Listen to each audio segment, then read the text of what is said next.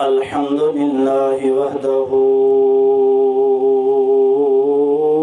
वस्सलातु वस्सलामु अला मन ला नबिय्य बअदह। अम्मा बअदु फ़अऊज़ु बिल्लाहि अस्समीइल अलीम मिनश शैतानिर रजीम मिन हमज़िहि व नफ़ख़िहि व नफ़्सिहि। बिस्मिल्लाहिर्रहमानिर्रहीम। अलिफ लाम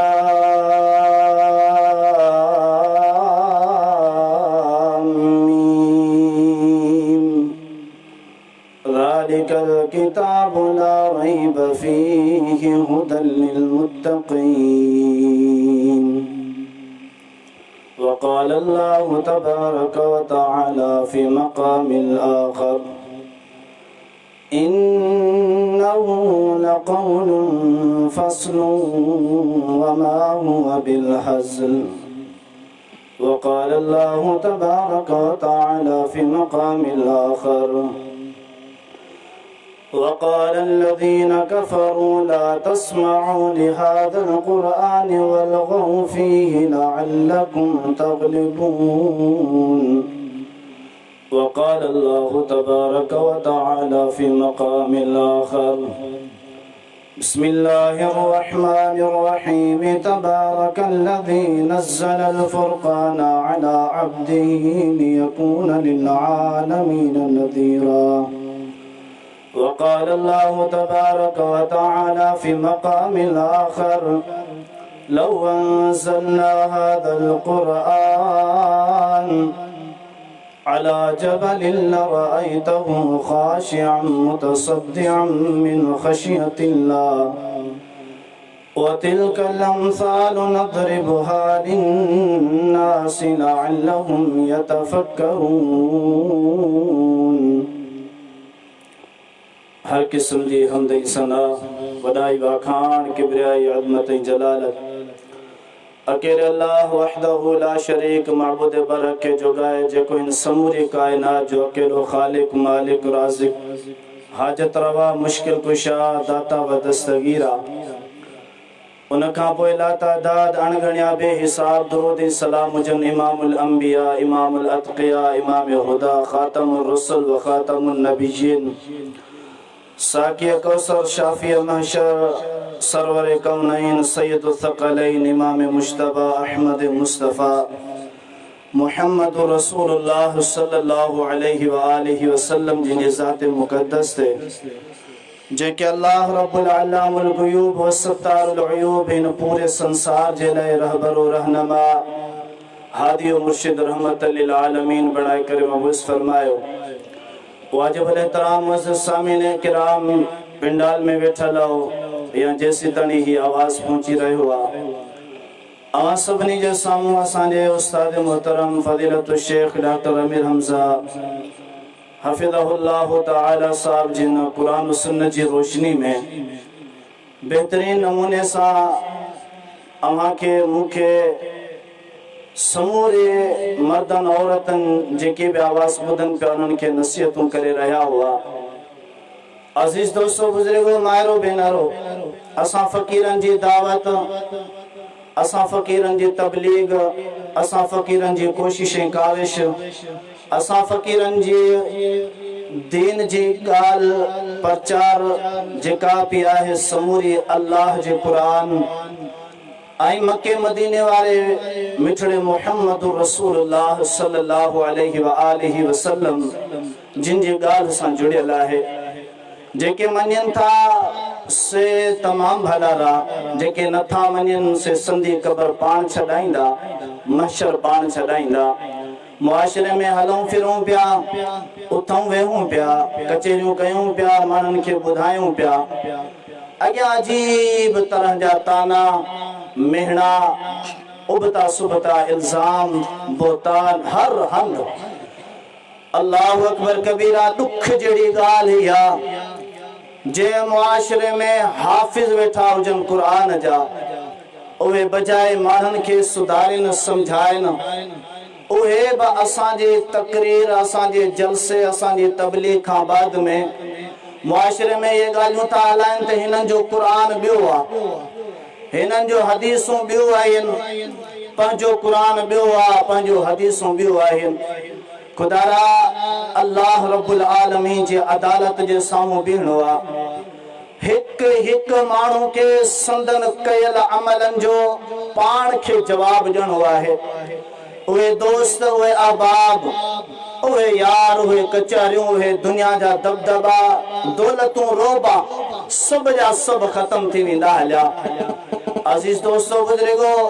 अल्लाह रब्बुल आलमीन जो कुरान एतरी वडी अजीम नेमत आहे जेके मुसलमान भार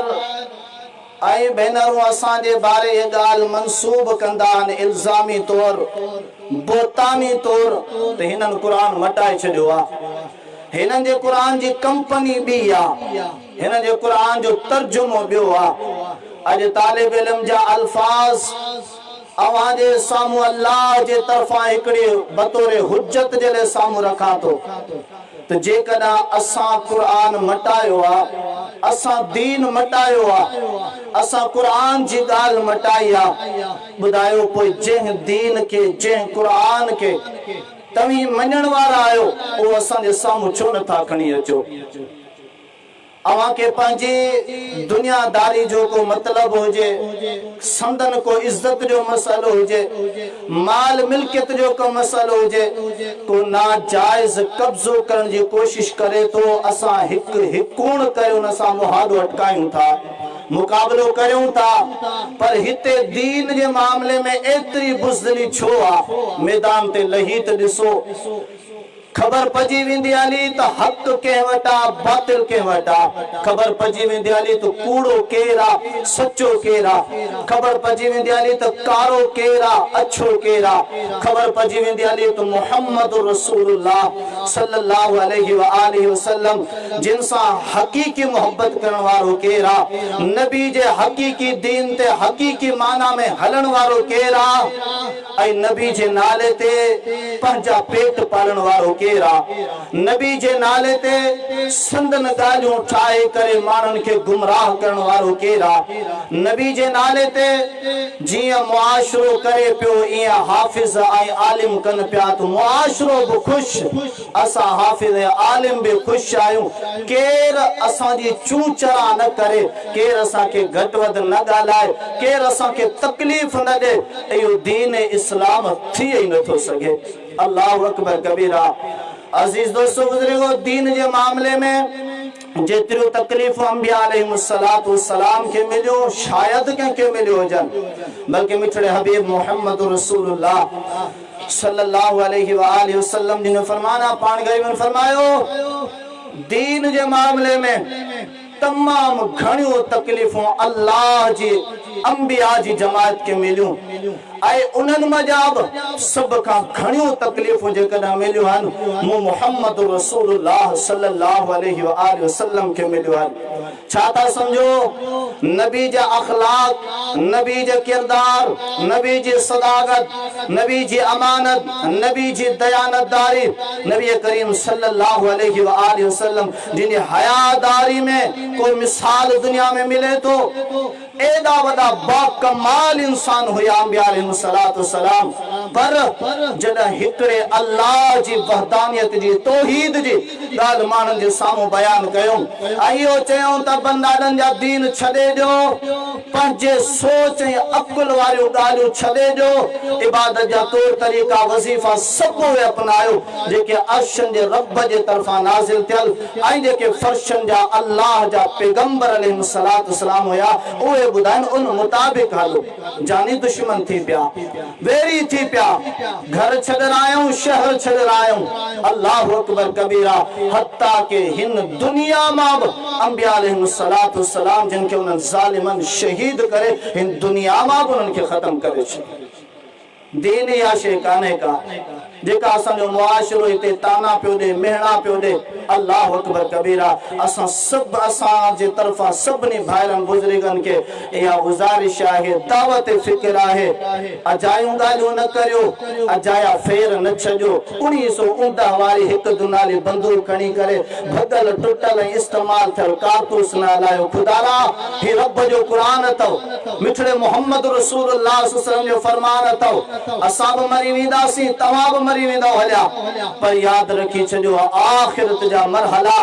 आख़िरत जा सफ़र ॾाढा ॾुखिया अथव आख़िरत जी मार ॾाढी ॾुखी आहे दुनिया में त बची वियासीं हलिया पनाहगीर मिली विया हलिया पनाह वरितीसूं पर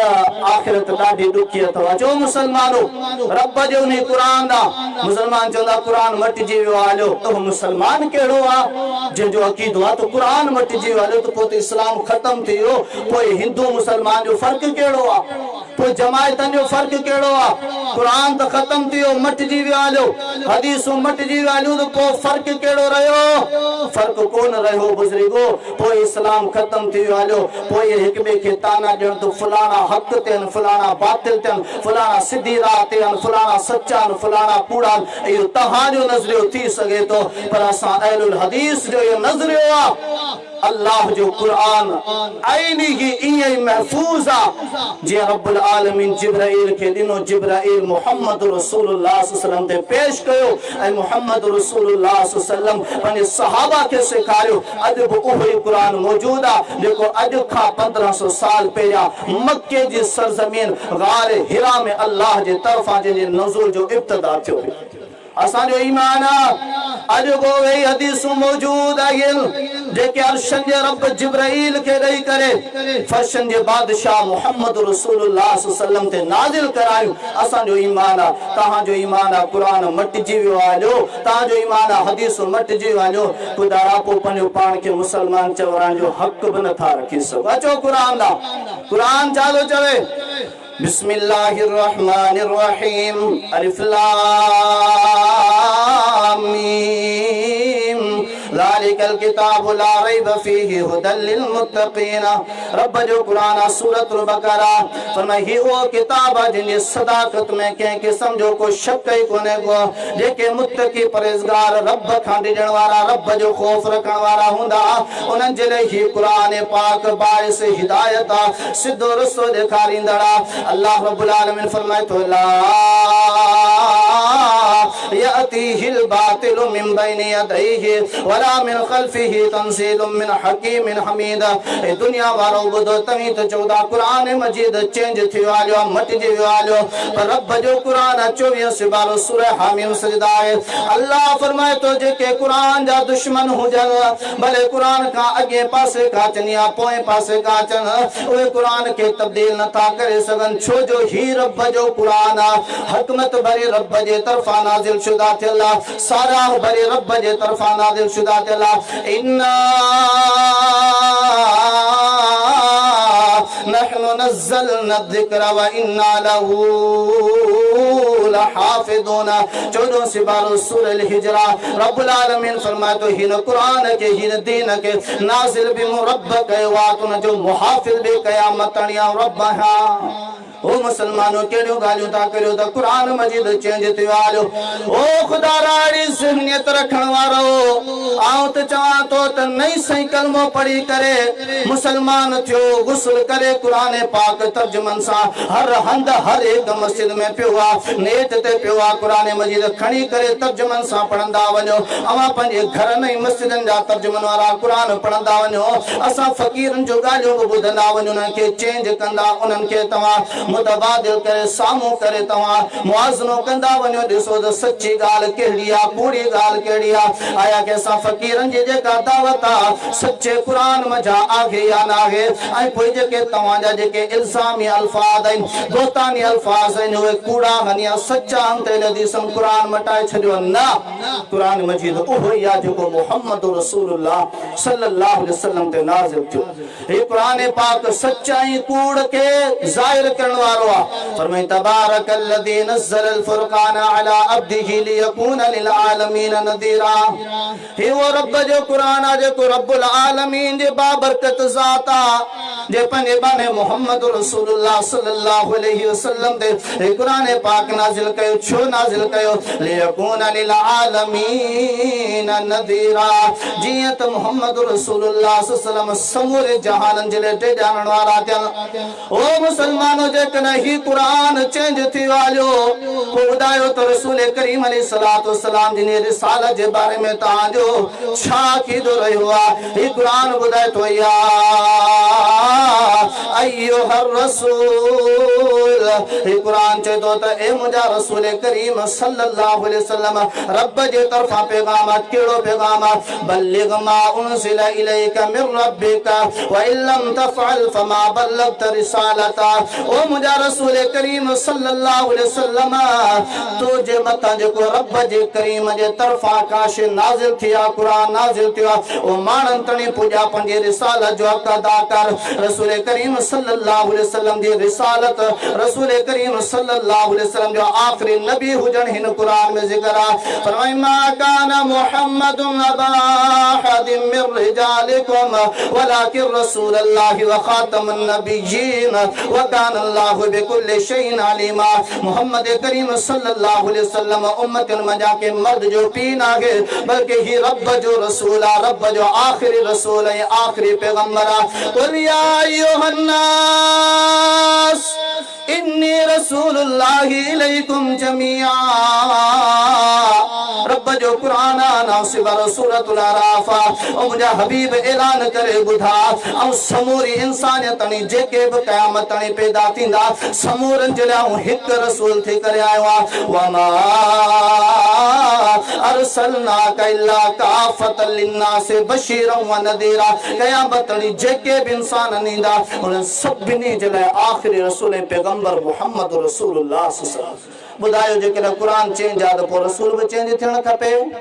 पर असांजो अक़ीदो आहे न कुरान चेंज थियो आहे न मोहम्मद रसूलुल्लाह सल्लल्लाहु अलैहि वसल्लम चेंज थियो आहे। मुसलमानो अहिड़ियूं ॻाल्हियूं करण वारा पंहिंजे अक़ीदे जी इस्लाह करियो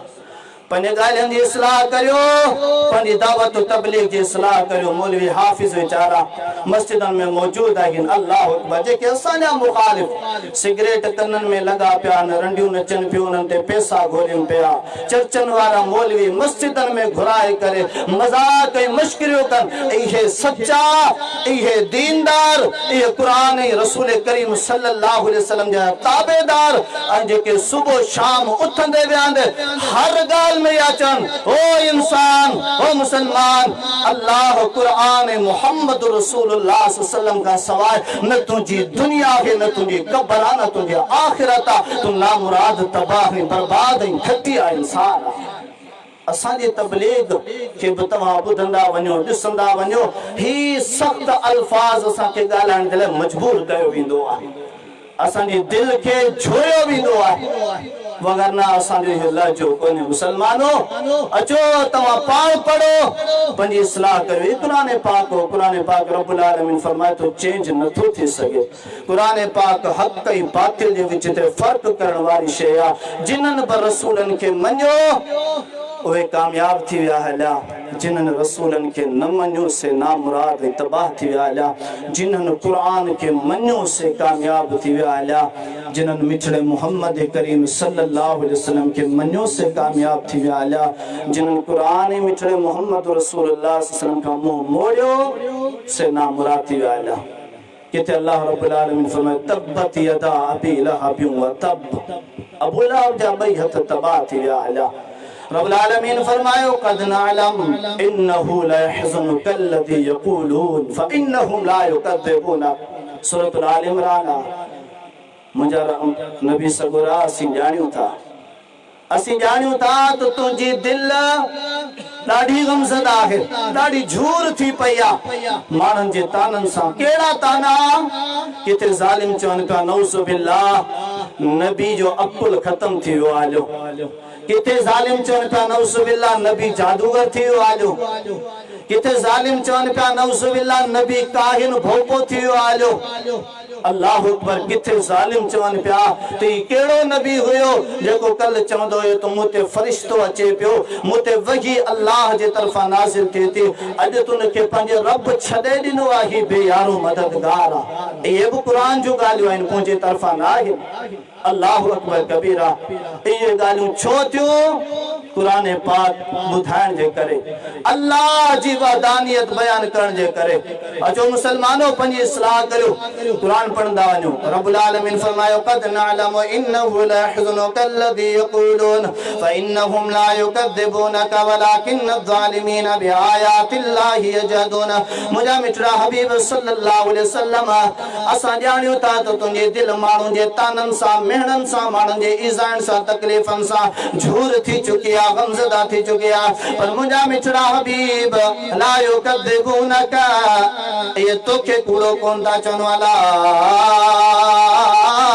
किन्न ज़ालिमीन बिआयातिल्लाहि यजहदून पर ये जेके ज़ालिम आहिनि ये चवनि था त नबी सां असांखे मोहब्बत आहे नबी सां असांखे प्यार आहे पर जॾहिं अल्लाह जो आयतूं अल्लाह जो कुरान पढ़ी करे ॿुधायो वेंदो आहे त रब जे आयतनि जा मुनकिर थी वेंदा आहिनि हलिया रब जे आयतनि जा इनकारी थी वेंदा आहिनि हलिया अल्लाह जो कुरान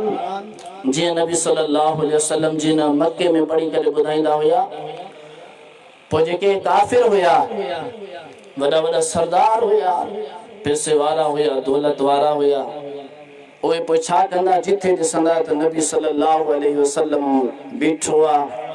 माण्हुनि खे क़ुरान पढ़ी करे ॿुधाए पियो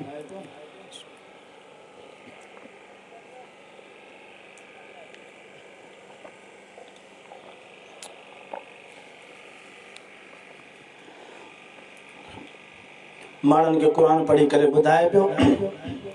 पोइ उते अची करे गोड़ कंदा हुया शोर कंदा हुया वावेला मचाईंदा हुया छो त जीअं ही क़ुरान ॿिया माण्हू न ॿुधनि ॿिया माण्हू ॿुधंदा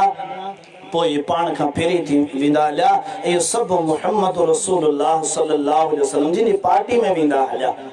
अल्लाहु अकबर कबीरा अल्लाह से आयत करीमा नाज़िल कई केड़ी 24 सिपारो सूरह हामिम सजदा है फरमाए वक़ाल अल्लज़ीना कफ़रू ला तस्मअू लिहाज़ल क़ुरआन वल्गौ फीही लअल्लकुम तग़लिबून काफिरन चयो तो कुरान न ॿुधो ऐं पोइ छा करियो गोड़ करियो शोर करियो हुल मचायो छो जीअं त अम्ही गालिब थी वञो हलिया ही कुरान वारा मग़लूब थी वञनि हलिया अॼु असांजे मुआशरे जी बि इहा हालत आहे मर्द जेके मर्दन के मिलंदा अब तव्हां जो कलमो ॿियो आहे तव्हां कुरान कहिड़ो पिया पढ़ायो कुरान जो कहिड़ियूं ॻाल्हियूं पिया करियो ऐं तव्हां राति जो निमाज़ूं पिया पढ़ो तव्हांजूं मायूं राति जो निमाज़ूं पियो पढ़नि इहा कहिड़ी नमाज़ आहे तव्हां अतहियात पिया सेखारियो नमाज खां पोइ जेके दुआऊं आहिनि उहे पिया सेखारियो इहे तव्हां किथां आंदियूं आहिनि अल्लाहु अकबर कबीरा ही असांजी मुसलमान पब्लिक आहे जेका पंहिंजो पाण खे हक़ वारी चवे थी ऐं क़ुरान जे बग़ैर इस्लाह जे बिना कंहिं तहक़ीक़ जे बिना कंहिं परख ॼाण जे असांजा मर्द मौलाई हज़रात जेके उथंदे वेहंदे जिन्हनि खे न पाकाई जी ख़बर आहे न कलमे जी ख़बर आहे न कलमे जे तर्जुमे जी ख़बर आहे न नमाज़ जी ख़बर आहे न वरी नमाज़ जे दुआनि जी ख़बर आहे उहे त असांखे ताना ॾियनि तव्हांजो क़ुरान नओं हदीसूं नओं ऐं पोइ वरी हिते वारा जेके असांजा ग़रीब मिस्किन अहल हदीस आहिनि उन्हनि खे मेहणा ताना मर्द अलॻि औरतूं अलॻि इहो छा इस्लाम जी तबलीग आहे जेकॾहिं तव्हां वटि हक़ आहे त हक़ पेश करियो असीं बि हक़ पेश करियूं पिया तव्हां वटि सचो क़ुरान आहे त उहो पेश करियो लिकाए छो वेठा आहियो पोइ त तव्हां बुज़दिल थी वियो हलिया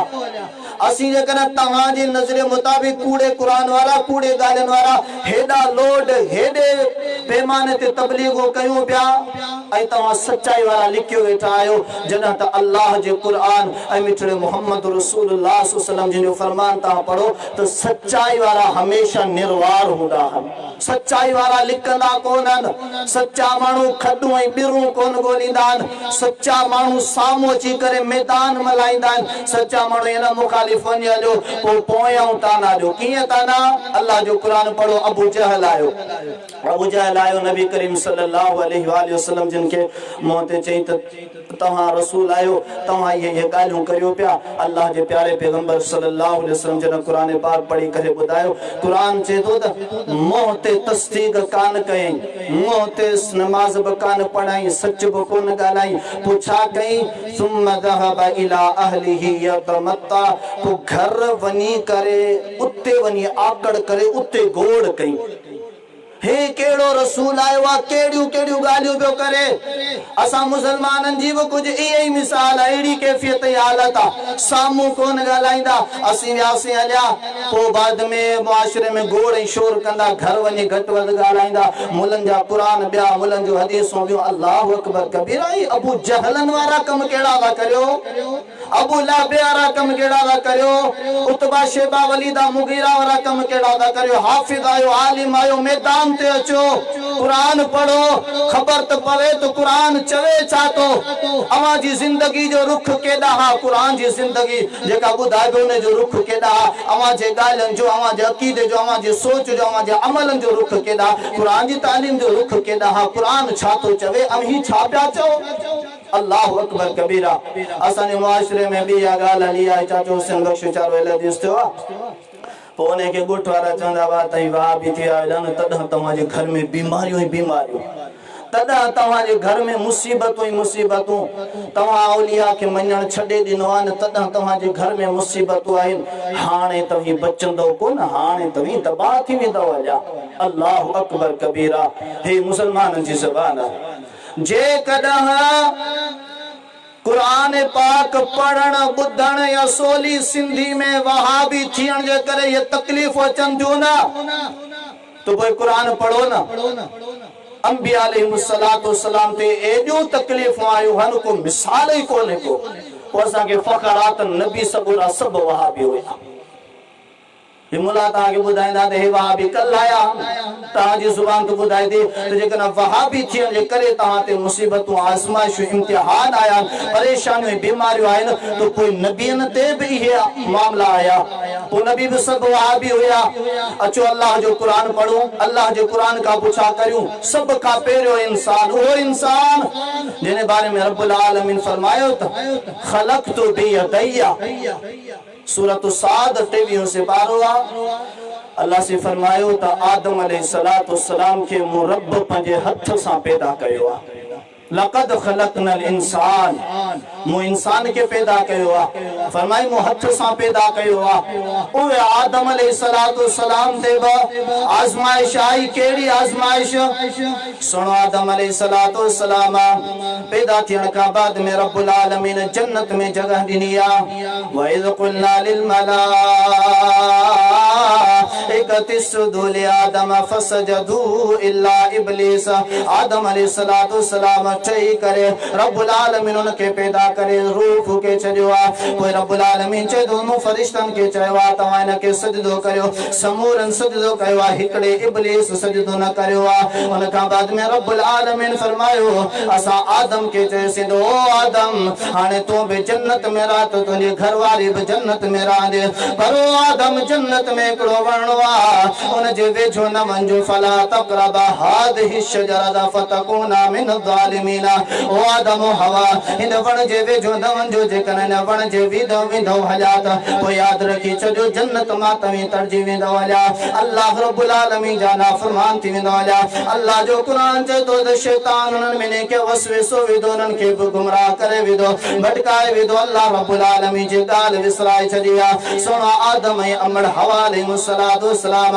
वञी करे उन वण मां खाइनि पिया न खाइण खां बाद में अल्लाह रब्बुल आलमीन जी तरफ़ां आज़माइश आई उहा जन्नत नेमतन वारी जिने बारे में मिठड़े हबीब सल्लल्लाहु अलैहि वसल्लम फरमायो आहे उन जन्नत के अख ॾिठो नाहे उन जन्नत जा जेके आवाज़ आहिनि उहे कननि ॿुधा नाहिनि उन जन्नत जो जे बारे में कंहिं दिलि सोचो ई कोन्हे का उहा जन्नत अखियुनि जे ॾिसण खां मथे आहे उहा जन्नत कंहिंजे दिलि जे सोचे तसव्वुर ऐं पहुच अचण खां भी मथे आ उन कन जा जन्नत जा जेके आवाज आई ना उन जे कन उन आवाजन के बुधण का कन्नन जी सोच खां मथे आ मोहम्मद करीम सल्लल्लाहु अलैहि वसल्लम जो कुरान बुधाए तो सुने आदम हवा अलैहिस्सलातु वस्सलाम के रब्बुल आलमीन जन्नत मा तड़े छड़ियो आ हाने ये जमीन ते आया हाने न के पंजी गलती जो एहसास थियो आ चंदा रब्बाना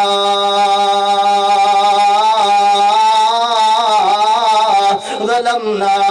أنفسنا وإن لم تغفر لنا وترحمنا لنكونن من الخاسرين ओ मुसलमान अच रब जो कुरान पढ़ी हा अकीदो भी सिखी वनी हा तो क्या आदम अलैहिस्सलातु वस्सलाम जो तारुफ थी वने हा रब्बुल आलमीन जो तारुफ थी वने हलियो हा तो के हकीकत जी खबर व पची वने आलिया सच्चे कूड़ जी तो के परख थी वने आलिया रब चे तो आदम अलैहिस्सलातु वस्सलाम हवा अलैहिस्सलातु वस्सलाम असा जन्नत मा कड़े करे जरे जमीन ते नाजिल कयो से जमीन ते लातो से हाने हुए रब जा बेईमाना अल्लाह जे बारगाह में चवंदा साजा मौला करीम जन्नत जड़ी अजीम नेमत सा खा हथन मा निकरी वया हली असा जी गलती जे करे असा जी कमी कोताही जे करे ओ साजा रब करीम असा पंजे नफ्सन ते पान जुल्म कयो आ जे करा तो असा के मुआफ न कयो लेकिन तो असा ते रहमतन जे पालोट न कया तो असी खसारे वारा थी वेंदा से आल्या ओ मुसलमान हदीस अकीदो इहो आ रब्बुल आलमीन के वसीले ऐं सदके ऐं तुफेल जो मोहताज कोने एले हदीस जो अकीदो कुरान जो अकीदो आ एले हदीस जो अकीदो पेरे पेरे इंसान अबुल बशर हजरत आदम अलैहिस्सलातु वस्सलाम जो आ रब जो कुरान जे तो आदम अलैहिस्सलातु वस्सलाम रब के डायरेक्ट सदके तो मुजा रब करीम असा पंजे नफ्सन दे पान जुल्म कयो आ तू ही दुआऊं बुधंदड़ा असा जी दुआ कबूल कर सना गुनाह माफ कर सा दे रहमत नाजिल फरमा सोने आदम अलैहिस्सलातु वस्सलाम दे एडी वडी आजमाइश आया सुनो नूह अलैहिस्सलातु वस्सलाम अल्लाह जो बरगुज़ीदा पैगंबरा व लक़द अरसलना नूहन इला कौमिही फलबित फीहिम अल्फ सनतिन इल्ला 50 आमा रब जो कुरान जे तो ओह नूह अलैहिस्सलातु वस्सलाम 950 साल पंजे कौम में रही करे हिकड़े अल्लाह जे हेकड़ाए पर तौहीद बुधाया नतीजो इहो निकतो आ समूरे जे का कौम चंद मारन का अलावा दुश्मनों बागी थी करे बीही रहे सोने नूह अलैहिस्सलातु वस्सलाम के इजायो दियो सोने नूह अलैहिस्सलातु वस्सलाम के ताना मेहना दिना गा रब जो कुरान 12 से 12 सूरतुल हूद चई दे अल्लाहु अकबर कबीरा सोने नूह अलैहिस्सलातु वस्सलाम के एतरे का दुर्दम क्यों दिनो वयो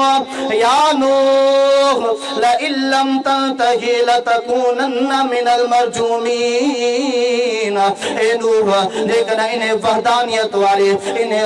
हिकड़े अल्लाह जी गाल का तू न मुड़िया इन्हें तौहीद वाली गाल का न मुड़ियो इन्हें अल्लाह अकेले जी बंदगी का न मुड़ियो इन्हें अल्लाह अकेले जी हाजत रवाए मुश्किल कुशाई दाताई व दस्तगीरी वाली गाल का न मुड़ियो कौम वारा सालिम चवन पिया ए नूह असी तो के पत्थर हणी करे संसार करे मारे छदींदा से आल्या सोने नूह अलैहिस्सलातु वस्सलाम 950 साल तकलीफों बर्दाश्त कयो आइन अजा चाचे हुसैन बख्श के मुबारकबाद दिया तो उन जे औलाद के मुबारकबाद दिया तो उन जे घरवारन के उन जे न्याणियन के हर इन गोठ जे मानो के मुबारकबाद दिया तो बल्कि मजलिस में बैठल हन उन्हें बुजुर्ग के मुबारकबाद दिया तो जिन जो अकीदो अहले हदीस से दावत तबलीग कुरान सा सोने आदम अलैहिस्सलाम सोने नूह अलैहिस्सलातु वस्सलाम जिन अकीदे सा जुड़ियला हिकड़े अल्लाह जी तौहीद बयान करन जे करे सोने नूह अलैहिस्सलातु वस्सलाम के कौम वारन चयो ओ नूह जे कदाई ने तौहीद का न मुड़ियो तो के पत्थर आनी करे से मारे खत्म करे छदींदा से सोने नूह के बे मुश्किल कुशा के कोन सजो होयो सोने नूह के बे हाजत रवा के कोन सजो होयो ओ मुसलमान रब जो कुरान पढ़िया तो के एले हदीस जे हक्कानियत जी खबर पावे हा तौहीद जी हक्कानियत जी खबर पावे हा तो या रब इन कौमी कज़्ज़बून। ओ मुंहिंजा मौला करीम मूं नूह खे मुंहिंजी क़ौम कूड़ो करे छॾियो आहे। मूं नूह खे मुंहिंजी क़ौम कूड़ो सम्झी करे मुंहिंजी दावत खे ठुकराए छॾियो आहे। रब मुंहिंजा अल्लाह हाणे मुंहिंजी क़ौम जे दरमियान फ़ैसिलो करणु फरमा। रब्बुल आलमीन फरमाए तूं मूंसां फ़ैसिलो करे छॾियो। कहिड़ो फ़ैसिलो कयो? नूह खे छुटकारो ॾिनो, नूह जे घर वारनि खे छुटकारो ॾिनो। बाक़ी जेका नूह जी दुश्मन क़ौम हुई उनखे मूं तबाह ऐं बर्बाद करे छॾियो। हा मोहम्मद रहीम मलोखाणी ॻोठ वारा अच हदीस जो अक़ीदो ॿुधंदो वञ। हे ॻाल्हियूं तूं मोबाइल ते रिकॉर्ड कंदो वञ, क़ुरान सां भेटींदो वञा। के मुले जे वर न चढ़जाए, के मोलाई जे वर न चढ़जाए। पाण जेकॾहिं दुनियावी तालीम 4 अखरनि खां वाक़िफ़ आहे, क़ुरान जो तर्जुमो पढ़ंदो वञे, सम्झंदो वञ त हक़ वारा केर आहिनि, कूड़ा केर आहिनि। सुणे नूह बि इहा ई दावत ॾिनी आहे। जेकॾहिं तकलीफ़नि में मुश्किलात में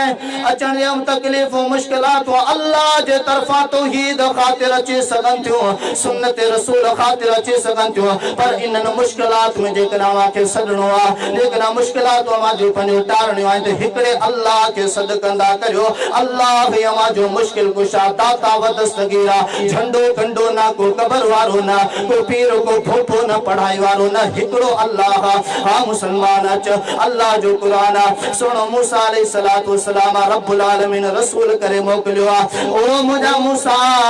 वञ फिरौन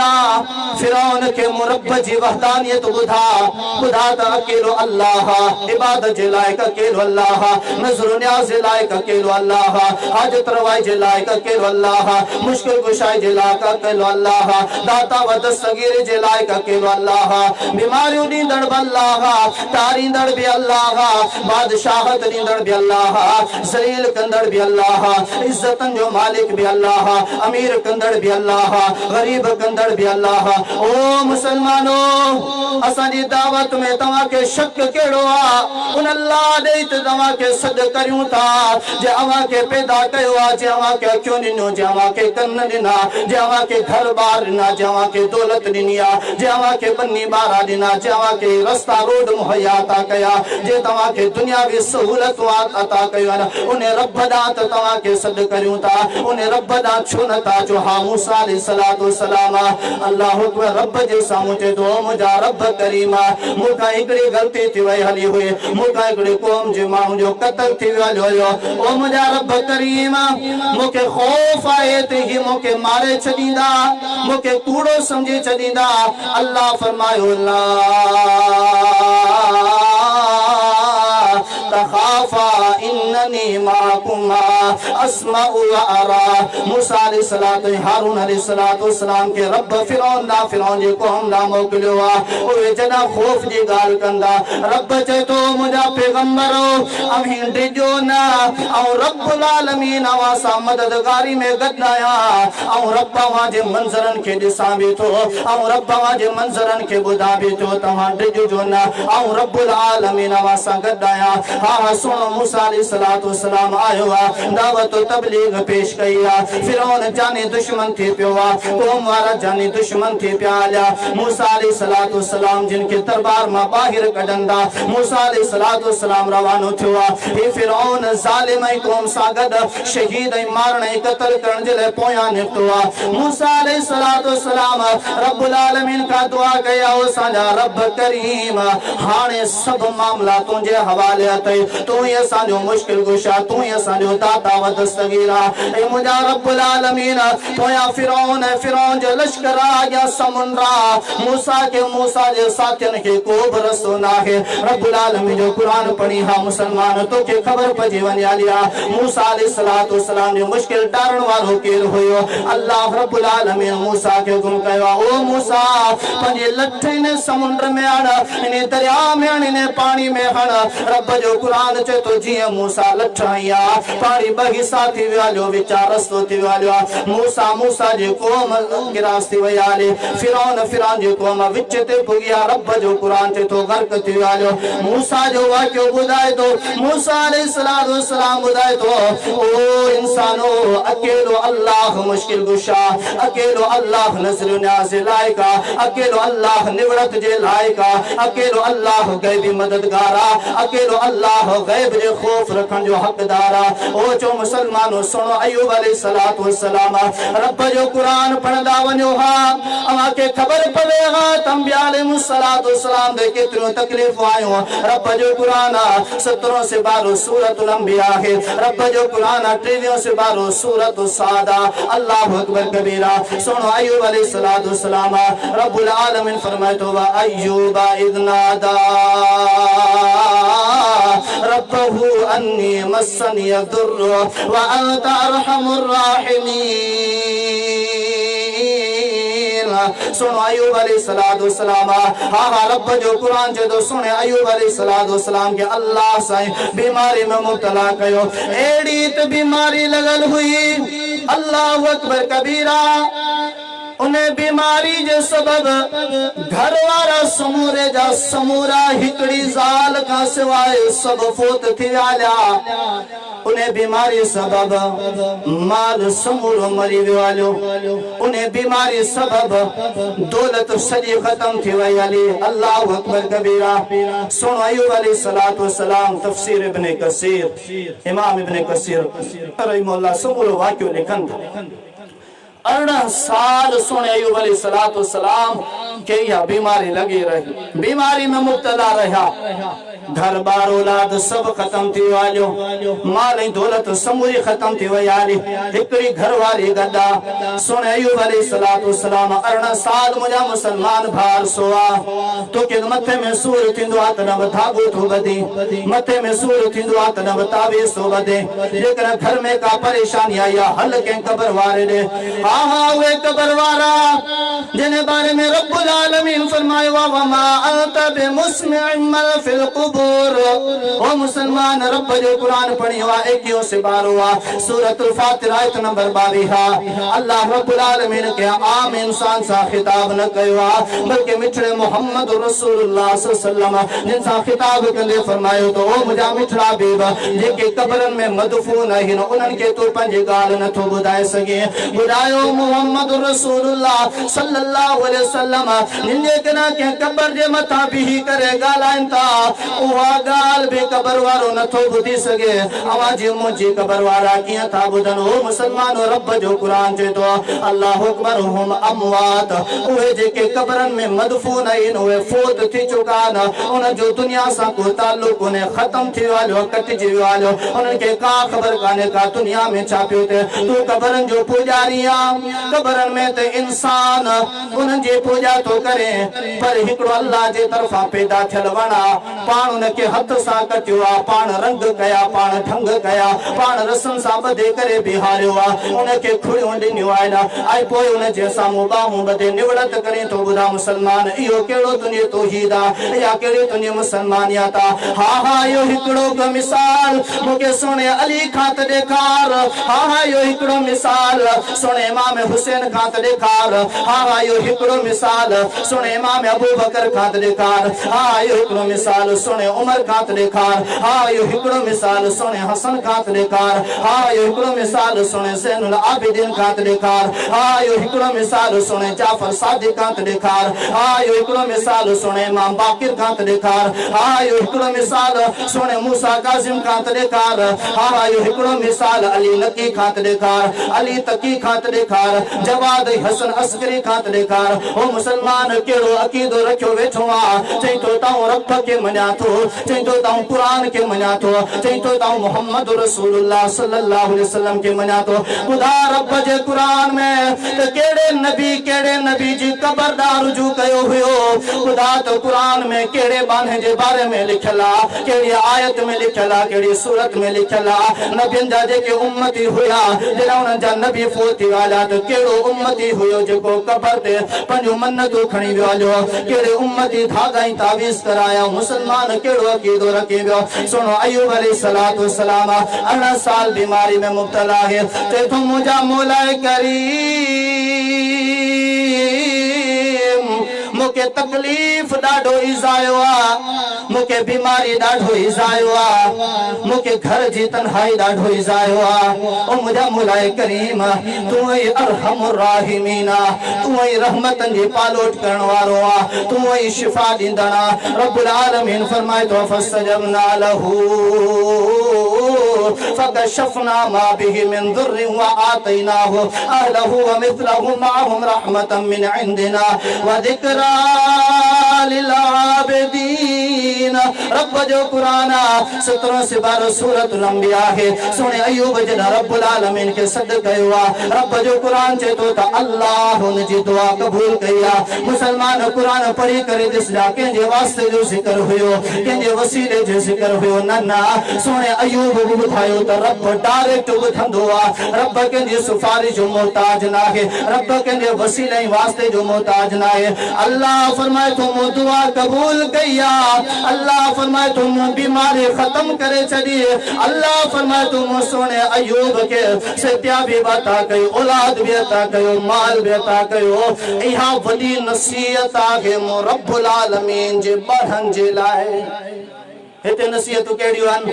फिलानी कब्र ते वणो फिलानी दरगाह ते वणो फिलाने बाबे दा वणो फिलाने गाबे दा वणो फिलाने मौलवी दा वणो ताबीज करायो तबाही करायो मुआशरे जी मुसलमानो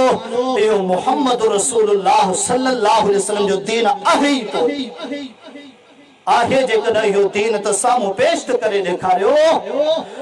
अल्लाह अकबर अजीज दोस्तों बुजुर्गो पंजी इस्लाह करियो मरी वेंदा वाला पंहिंजा रिश्तेदार केतिरा फोत थी विया हलिया इहे ॻाल्हियूं कंदे कंदे बाबा जेको थींदो ॾिठो वेंदो ना फरमाए इन्नहु लक़ौलुन फ़स्ल वमा हुवा बिल हज़्ल हे कुरान न सुन्नी जो मुंहुं ॾिसंदो आहे न वहाबी जो मुंहुं ॾिसंदो आहे न वरी कारे वारे मुंहुं कपड़नि जो मुंहुं ॾिसंदो आहे न वहाबी जो मुंहुं ॾिसंदो आहे न कबर परस्त जो मुंहुं ॾिसंदो आहे न मुसलमान जो मुंहुं ॾिसंदो आहे न काफिर जो मुंहुं ॾिसंदो आहे न अब्दुल रशीद जो मुंहुं ॾिसंदो आहे न वरी के अब्दुल रशीद जो मुखालिफ जो मुंहुं ॾिसंदो आहे हे क़ुरान पंहिंजो उहो ई फ़ैसिलो ॿुधाईंदो आहे जेको अर्श अज़ीम जे तरफ़ां नाज़िल थियो हे कुरान फैसला कंदड़ा फरमाई वमा हुआ बिल हज़्ल मोहम्मद रहीम मलोखानी वाला मुझा भा बुजुर्ग मोहतरमा अम्मड़ी भेण हे कुरान का खिल मशकरी का कहानी काने हे का आखानी काने का हे कुरान अल्लाह जी तरफा हकीकत फरमाई इन्नहुम यकीदून कैदा जेके कुरान जा मुखालिफ कुरान वारन जा मुखालिफ भले के जो बसाज़शू कन केदा बहाना ठाहिन केदा इल्जाम लगाइन केदा बोतान लगाइन भले कुरान के छड़े करे ॿिया रस्ता इख्तियार कन के जो मकरो फिरेब कन रब फरमाए तो भले कंदारन इनके छूटा पर मुरब्ब जी पकड़ मुरब्ब जो फिरेब मुरब्बुल आलमीन जी जेका तबीरा वला भी खतरनाक फमहिलहुम रुवैदा मुझा प्यारा पैगंबर फमहिल काफिरीन अमहिलहुम रुवैदा मुझा हबीब अलैहिस्सलातु वस्सलाम तो काफिरन के मोकल ले छड़ लेके कुरान के नथा मने लेके कुरान जी तालीम के नथा मनन लेके कुरान बुदड़ का बाद में कबर परस्ती नथा चदिन लेके कुरान के बुदड़ का बाद में धागा परस्ती नथा चदिन लेके कुरान के बुदड़ का बाद में भी अंबिया जो अकीदो बुदड़ का बाद में भी लेकिन धागा तावीज कबर परस्ती झंडा कंडा नथा चदिन अल्लाह अकबर कबीरा रब चे तो इन्हनि काफिरन के मोहलत जो पर मोहलत केतरी थोड़ी मोहलत अगते तबाही आ हा हा सुनो यूनुस अलैहिस्सलातु वस्सलाम गाल पे कई सो त ताना था मिलन तवा वहाबी थी आयो हल्या सुन्नियत मा निकरी आयो हल्या औलिया के नथा मन्योन तदा तवा जे मथा बीमारियों अल्लाह अकबर कबीरा तदा आजमाइशों तदा मुसीबतों आयो आगिन सुनो यूनुस अलैहिस्सलातु वस्सलाम रब जो कुरान सूरतुल अंबिया है फरमाई सुनो यूनुस अलैहिस्सलातु वस्सलाम पंजे कौम का नाराज थी करे निकरी चुको आ नाराज साजले थियो तो कौम वारन दावत तबलीग कबूल कान कई ही केड़ी कौम वारा हन जे के अल्लाह जी वही अल्लाह जो पैगाम कबूल नथा कन अल्लाह अकबर कबीरा सुनो यूनुस अलैहिस्सलातु वस्सलाम कावड़ जी करे निकरी पियो आ जे करे कश्ती में बेड़ी में सवार थियो आ उना बेड़ी हलंदे हलंदे अचानक जो एक तूफान आयो आ बेड़ी के खतरा लायक थी आया त हाने बेड़ी कटी थी समूरे जा समूरा इन पानी जे अंदर गर्क थी विंदा से आया हाने बेड़ी वाला चवन पिया त केर इन बेड़ी माला के सलाम मशूरे का बाद में कुणा निकता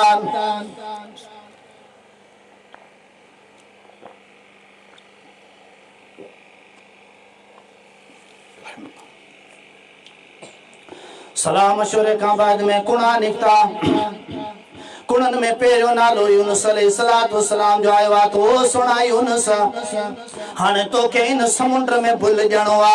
पोतों जो मुकद्दर आ सबनी चायो त यार हिन जेड़े मानू के किए पान पानी में उछलियो वरी बियो दफा कुणो कड्यो तरफ सुन यूनुस जो नालो आयो आ वरी विचवन था यार हाने हिन जेड़े मानू के पान किए पानी में उछलियो वरी टियों दफा कुणो कढंदा तरफ सुन यूनुस अलैहिस्सलातु वस्सलाम जो नालो आयो रब जे तरफा आजमाइश के दिया आयो आजमाइश जिते दुनिया जा वस जिते दुनिया जो ताकतू जवाब दे वन न जो टियों दफा कुणो आयो आ सुन यूनुस अलैहिस्सलातु वस्सलाम पान तैयार थियो आ कपड़ा लाहे करे पानी जे अंदर टुबी हईया अल्लाह जे तरफा मच्छी के हुक्म थियो आ मच्छी वात पड़े थी सुनो यूनुस अलैहिस्सलातु वस्सलाम मच्छी जे पेट में आ अल्लाह अकबर कबीरा रात जा कई अंधेरा आया पानी जा कई अंधेरा आया मच्छी जे पेट जा बंदेरा दुनिया का ताल्लुक कटी जिया हल्या सुनो यूनुस अलैहिस्सलातु वस्सलाम मच्छी जे पेट में आ उते छा तो चवे मुसलमान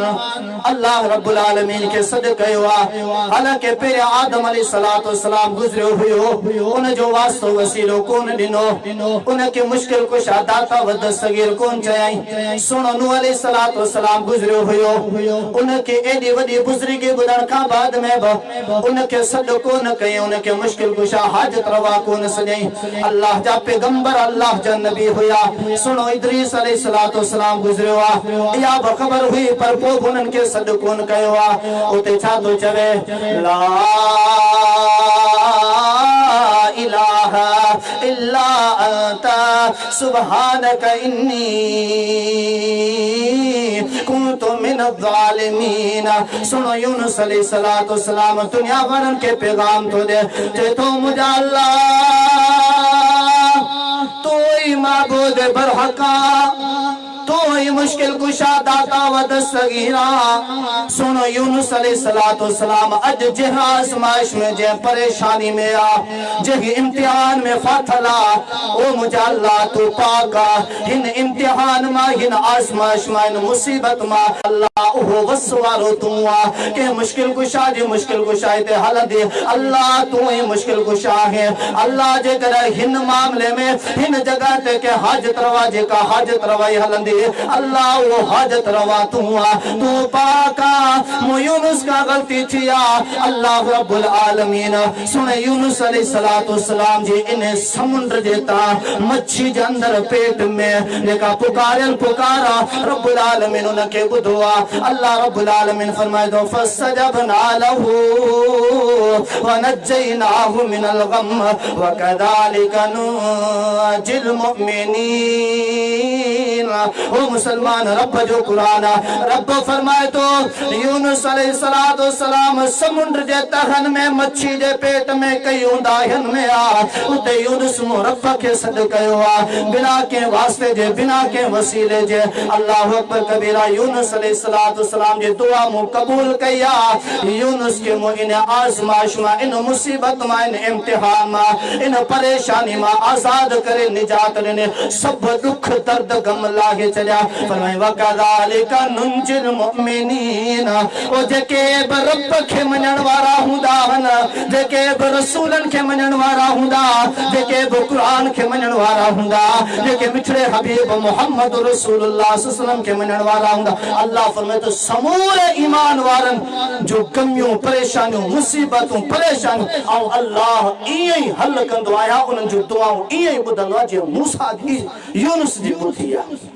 मुसलमानों असांजो अकीदो इहो आहे इन जे करे आउं चाचे हुसैन बख्श खे वरी मुबारकबाद पेश ॾियां थो अहले ईमान खे मुबारकबाद पेश ॾियां थो त तव्हां अकीदो अपनायो आहे क़ुरान वारो अकीदो अपनायो आयो अंबिया वारो ऐं पुकार इल्तिजा दुआ जेको तरीक़ो अपनायो आहे बिना वास्ते बिना सदीके बिना तुफ़ैल उहो अंबिया अलैहिस्सलातु वस्सलाम वारो अपनायो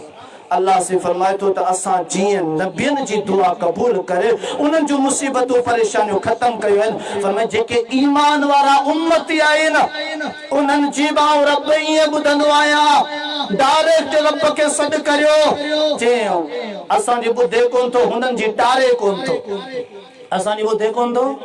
हुननि जी टारे कोन थो केॾो वॾो ज़ुल्म आहे असांजी आवाम वीचारी जेका क़ुरान खां नावाकिफ़ आहे सिन जा त कम लथा पिया जेके हाफ़िज़ वेठा आहिनि मौलवी थिया वेठा आहिनि मस्जिदनि में उहे बि रही कोई आवाम जा तरा कढी छॾिया जेसीं ताणी बाबा सदको न ॾींदो वसीलो न ॾींदो तुफ़ैल न कंदो तेसीं दुआ क़बूल ई कान थींदी किथे लिखियल आहे कुरान तो समूरो चेतो त अंबिया डायरेक्ट अल्लाह के सॾु कयो हा सुनो यूसुफ अलैहिस्सलातु वस्सलाम केड़ा केड़ा तज़किरा कयो सॼी रात बयान कयो ही अंबिया जा रुगो तज़किरा कुरान सॼो वेही पढ़ंदा वेंदासीं ओ तौहीद मिलंदी हिक हिक आयत हिक हिक ॻाल्हि में तव्हांखे अहले हदीस ऐं अहले हदीस वारो अक़ीदो ऐं दावत तबलीग मिलंदी मुसलमान भाइरो सुनो यूसुफ अलैहिस्सलातु वस्सलाम खूह जे तहन में आ कंहिं निजात ॾिनी खूह जे तह मां सॾु कयो कंहिं ॿिए खे इल्तिजा कई कंहिं ॿिए खां हालांकि सुनो यूसुफ अलैहिस्सलातु वस्सलाम खे इहा बि ख़बर आहे त मुंहिंजो बाबू याकूब अल्लाह जो पैगंबर आहे अल्लाह जो वली आहे मौजूद आहे ज़िंदा आहे ऐं सॾु कंदुसि मुंहिंजी दुआ क़बूल कंदो मूंखे हिन मुसीबत मां कढंदो रब जो क़ुरान पढ़ो सूरत यूसुफ पढ़ो त तव्हांखे ख़बर पवंदी त यूसुफ अलैहिस्सलातु वस्सलाम जो अक़ीदो छा हुयो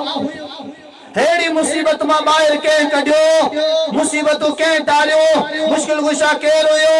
सुनो यूसुफ अलैहिस्सलातु वस्सलाम खूह मां रुआ ॻाल्हि न खूह मां निकितो मिस्र जी बाज़ार में पुॻो आहे नंढपिणी मासूमा उमिरि आहे उन में खपी वियो हलियो मिस्र अज़ीज़ जी जेका महल आहे उन में रहियो आहे नौजवान थियो आहे वरी 9 या 9 खां वधीक साल जेल जी सज़ा मिली आहे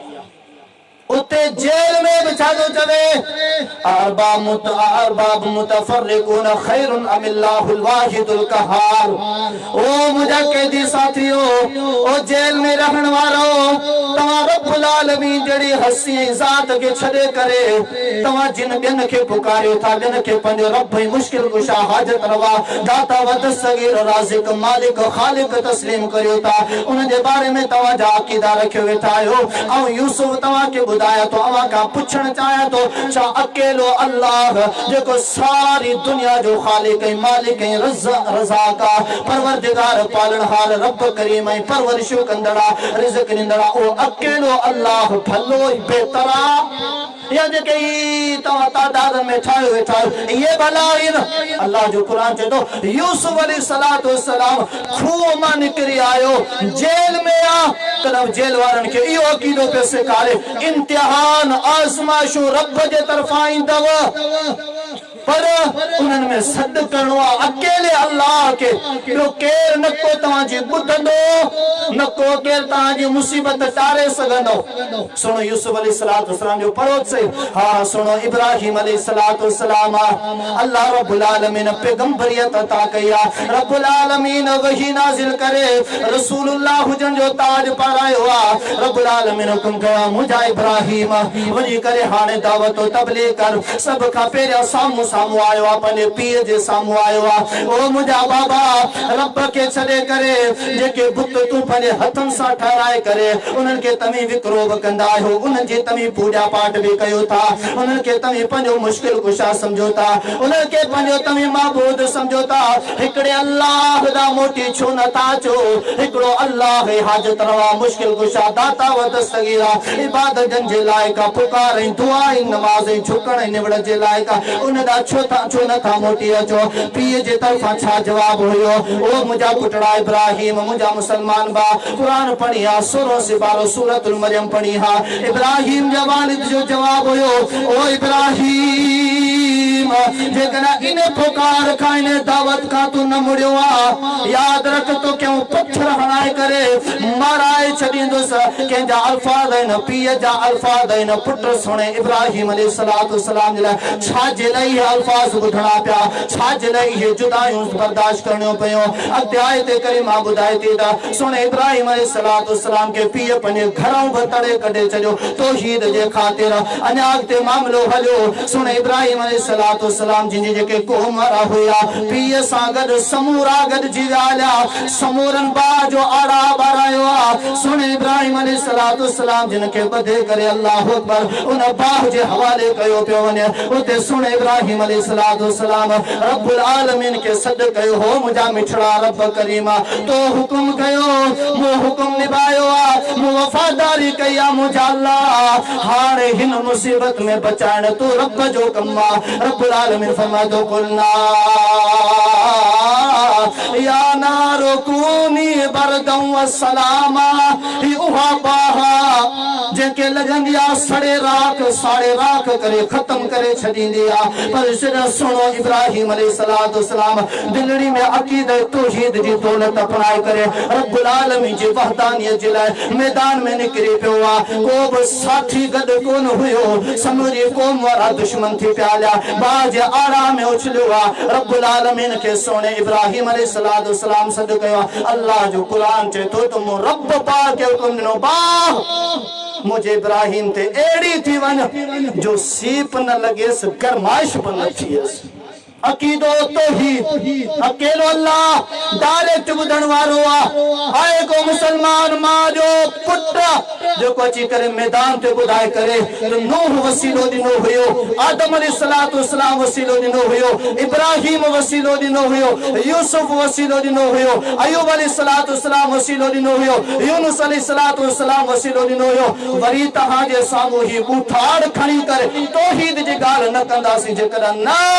तो पो हर हंद साडी या पुकारा जेका अंबिया जी पुकार हुई जेका कुरान जी पुकारा अकेलो अल्लाह तव दुखन में दर्दन में हजर में सफर में पंचन में परावन में खुशन में दुखन में अमीरात में गरीब आयत में बुधण वालो थव त अकेलो अल्लाह थव क्यों वाटो ना बना अजीज दोस्तों असा जो अकीदो इहो थव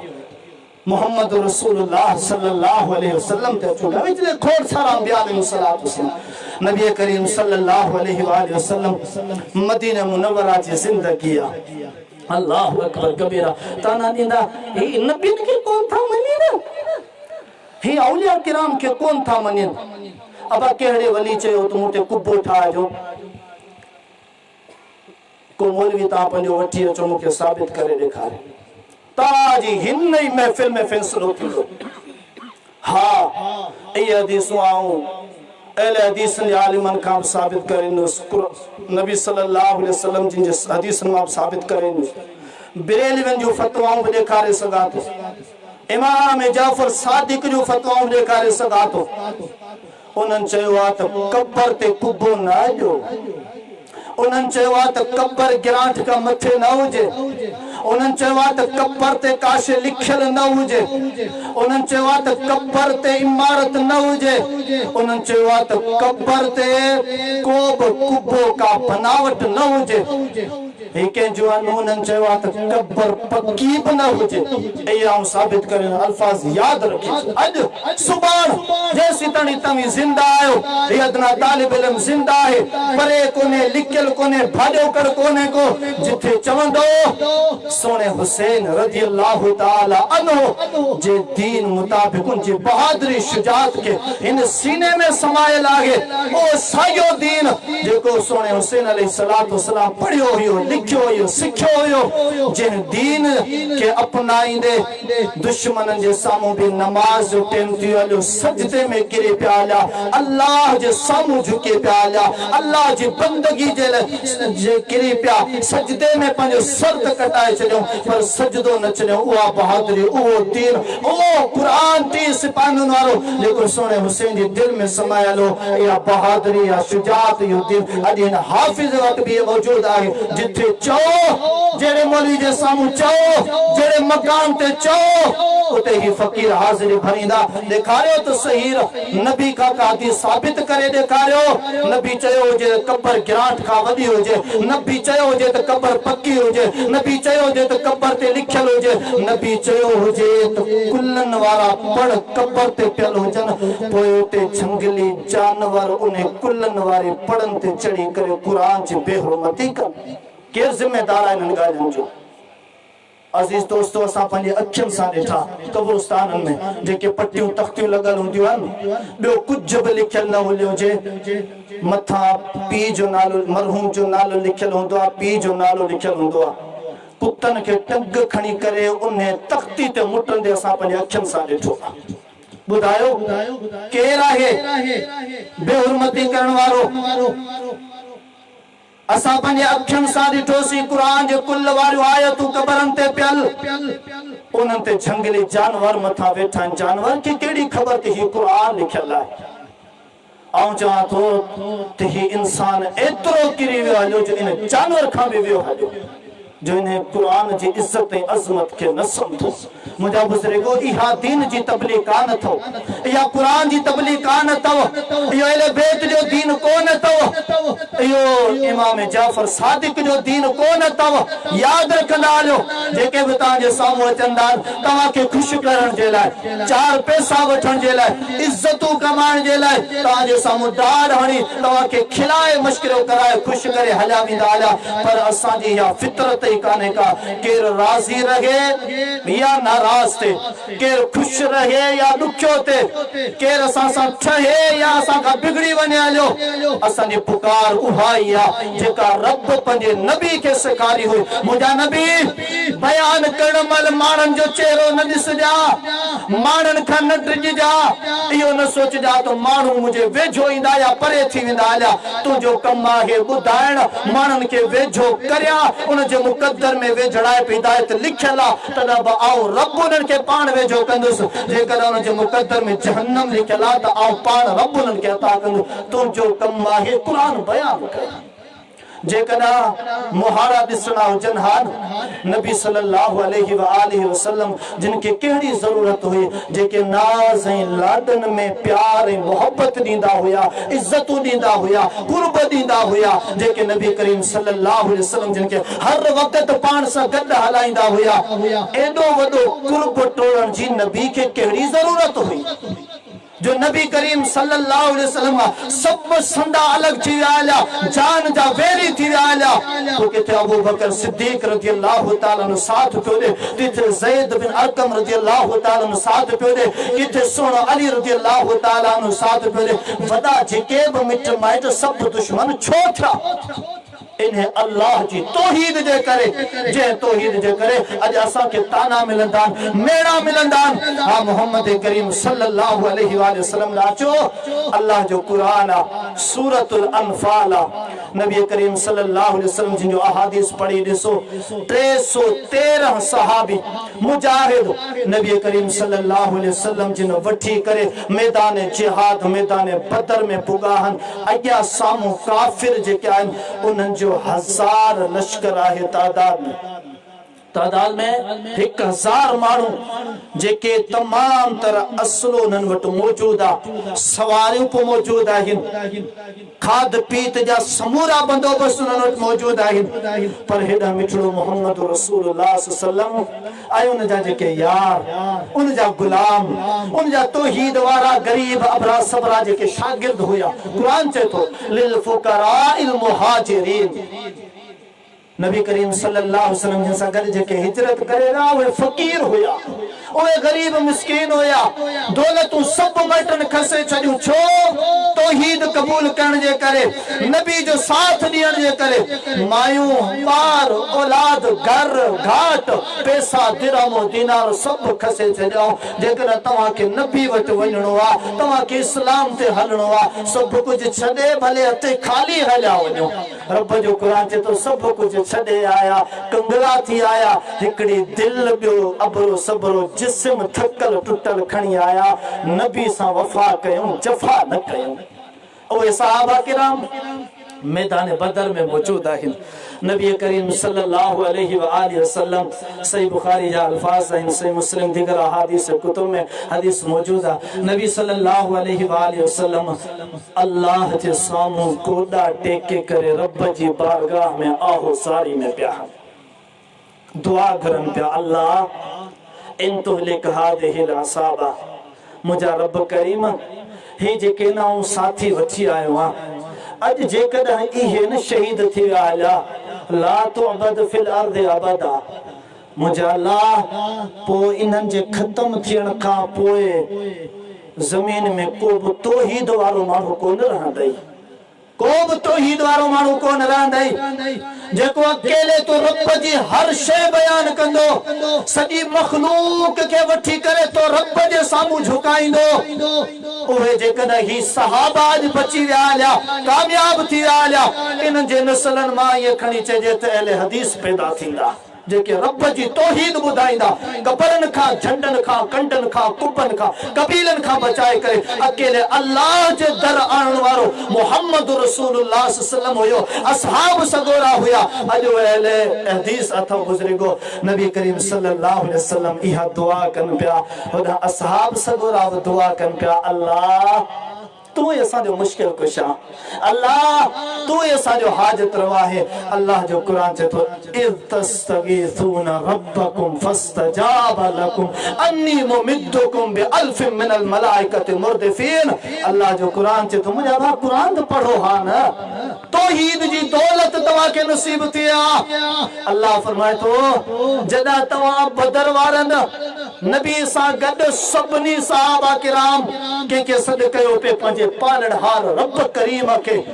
उन्हें पालनहार तहां जी दुआ कबूल कई उन्हें पालनहार तवां जे लाइ 1000 फरिश्तन जो बतौर मदद जे लाइ नाज़िल कयो मुसलमानो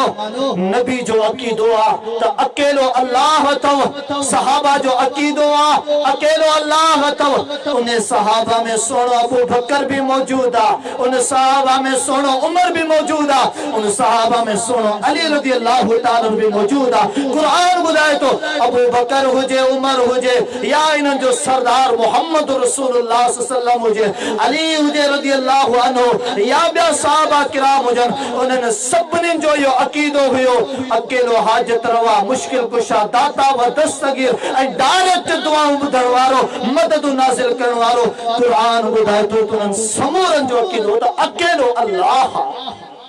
अॼु चवंदा